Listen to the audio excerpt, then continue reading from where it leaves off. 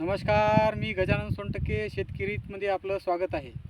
आज ढानकी शिवारातील आपल्या 2-3 वर्षाखालचे कास्तकार, उत्कृष्ट व्यावसायिक, परत शेती कमी पण उत्पन्न जास्त अशा शेतकऱ्यासोबत आज आपण मुलाखत घेत आहोत. ढानकीचे शहापुरे.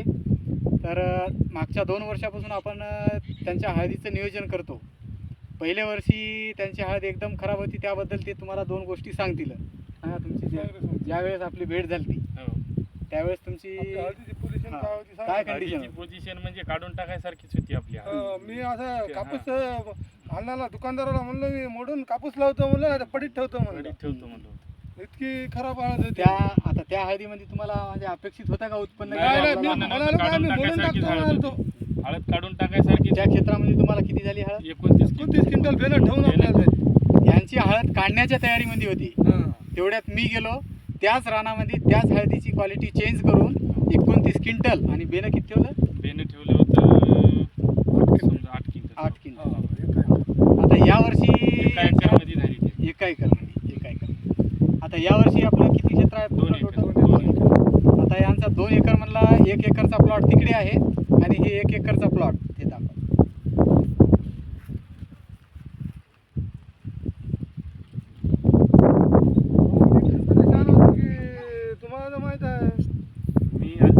आता यांना जे नियोजन कालचं कंदमाशीचा प्रभाव वाढला, तुम्हाला कंदमाशी दाखवली. प्रत्येक क्षेत्रामध्ये या 15 दिवसासाठी कंदमाशी येतच असते.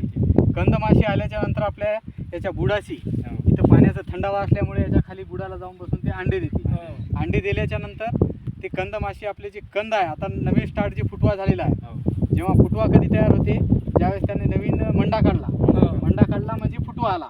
जे फुटवा निघाला म्हणजे त्यानं मंडा काढला. तर त्याच्यामध्ये बिळबिळ करून त्याला आळ्या लागतात.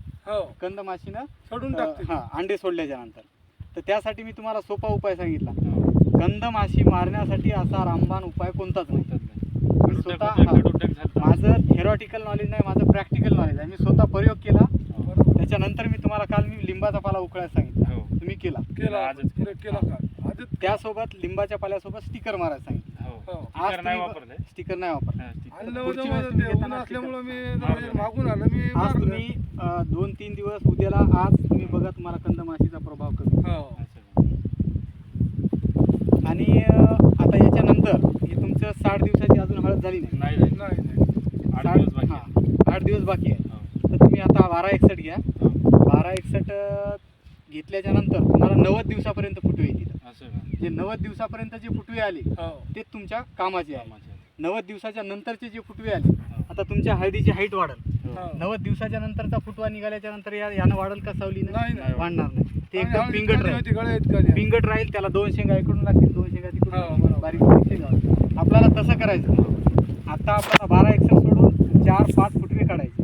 4-5 फुटवे काढल्याच्या नंतर 5 मंडे आणि त्याला शेंगा. तुमचा जवळपास 900 ग्रॅम 1 किलोपर्यंत कंद जाईल. एवढा मी गॅरंटीनं तुम्हाला काढून देतो. मागच्या वर्षी तुम्हाला अनुभव आला. खर्च कमी. तुम्ही याच्या आधी कमी खर्च केला का? मग गेल्या साली कमीत कमी 50,000 लागले त्या काय करला. आणि तुम्हाला किती यावर्षी मी अजून कृषी केंद्रात गेलो नाही. ते यावर्षी तुम्हाला तुमच्या मनासारखं उत्पन्न आजच आणलं सोमनाथ ते हे 1261 फक्त ते आजच आणली. अण्णा तर म्हणे मला कुठं तुम्ही घ्यायला काय म्हणली. म्हणलं मग कुठंच घ्यायला नाही म्हणलं मी अजून. वेस्ट खर्च करण्याची गरज नाही. चालते. धन्यवाद.